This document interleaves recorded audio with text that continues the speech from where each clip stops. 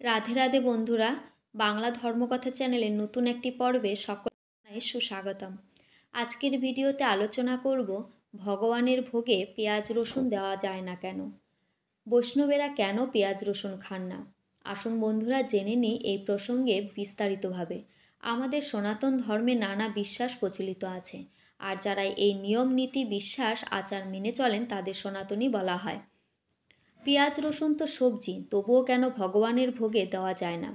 পেঁয়াজ রসুন হচ্ছে রজ তমগুণ সম্পূর্ণ, তাই শরীরের জন্য আমাদের অনুপযোগী।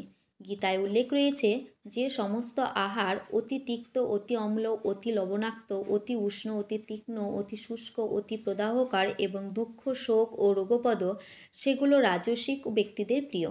পেঁয়াজ রসুন অতি তীক্ষ্ণ বা ঝাঁঝালো, যা আহারের বলে আমাদের ইন্দ্রিয়ের ওপর নিয়ন্ত্রণ চলে যায়।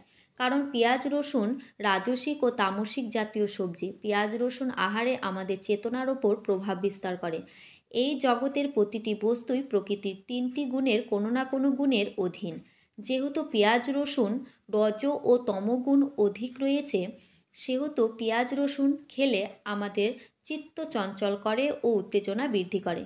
শ্রীমদ্ ভাগবত গীতার 3য় অধ্যায় 37 নম্বর শ্লোকে বলা হয়েছে, রজগুণ থেকে সমুদ্ভূত কামই মানুষের পাপে প্রবৃত্ত করে। রজগুণ থেকে লোভ, তমগুণ থেকে অজ্ঞান, প্রমোদ এবং মোহ উৎপন্ন হয়। তাই রজ তমগুণের প্রভাবে পাপে প্রবৃত্ত না হয়ে বরং পরমার্থ লাভের জন্য ইন্দ্রিয় সংযোগে আগ্রহী তাদের পেঁয়াজ রসুন অবশ্যই পরিত্যাজ্য। তাই তো বৈষ্ণবেরা পেঁয়াজ রসুন খান না। এবার জানব ভগবানের ভোগে কেন পেঁয়াজ রসুন দেওয়া যায় না। সমুদ্র মন্থনের সময় ভগবান বিষ্ণু মোহিনী অবতার রূপে দেবতাদের অমৃত প্রদান করার সময় আবির্ভূত হয়েছিলেন। তখন রাহু ও কেতু নামে দুই অসুর লুকিয়ে দেবতাদের সারিতে বসেছিলেন। কোনোভাবে মোহিনীরূপী ভগবান রাহু ও কেতুর মুখে অমৃত প্রদান করলেন। তখন চন্দ্র ও সূর্যদেব তৎক্ষণাৎ ভগবানকে অবহিত করলেন যে আসলে ওই দুজন হচ্ছে অসুর। তৎক্ষণাৎ ভগবান দুই অসুরের মস্তক ছেদন করেন। অমৃত তখনও তাদের গলা দিয়ে পাকস্থলিতে প্রবেশ করেনি। অমৃত তখনও তাদের মুখে বর্তমান ছিল। ভগবান বিষ্ণু তাদের মস্তক ছেদন করলেন। মস্তকে তাদের দেহ থেকে বিচ্ছিন্ন হয়েছিল। তখন তাদের গলা থেকে রক্ত মিশ্রিত অমৃত ভূমিতে পড়েছিল। এই দুই অসুরের রক্তবিন্দু থেকে পেঁয়াজ রসুনের উৎপত্তি হয়। অমৃত থেকে উৎপন্ন হওয়ার কারণে পেঁয়াজ রসুনের ভেষজ গুণ থাকলেও তা অসুরদের উচ্ছিষ্ট হওয়ার কারণে ভগবানের সেবার জন্য ব্যবহৃত হয় না।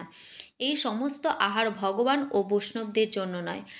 আবার মনুস্মৃতিতে বলা হয়েছে, রসুন, গিঞ্জন, পলাণ্ড অর্থাৎ পেঁয়াজ, ছত্রাক, মল মূত্রাদি পরিপূর্ণ দূষিত স্থানে উৎপন্ন শাক প্রভৃতি দ্রব্য ব্রাহ্মণ, ক্ষত্রিয়, বৈশ্য এই তিন জাতির পক্ষে জন্য অভক্ষ্য। তাই শাস্ত্রীয় এবং বৈজ্ঞানিক উভয় দিক থেকে পেঁয়াজ রসুন বর্জনীয় বলা হয়েছে।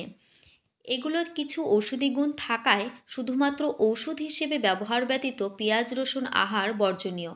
হরে কৃষ্ণ বন্ধুরা, আজকের ভিডিওটি এই পর্যন্ত। ভিডিওটি কেমন লাগলো কমেন্টে জানাবেন। ভিডিওটি ভালো লাগলে লাইক, কমেন্ট, শেয়ার, সাবস্ক্রাইব করে আমাদের চ্যানেলের পাশে থাকবেন। ভিডিওটি দেখার জন্য অসংখ্য ধন্যবাদ। রাধে রাধে।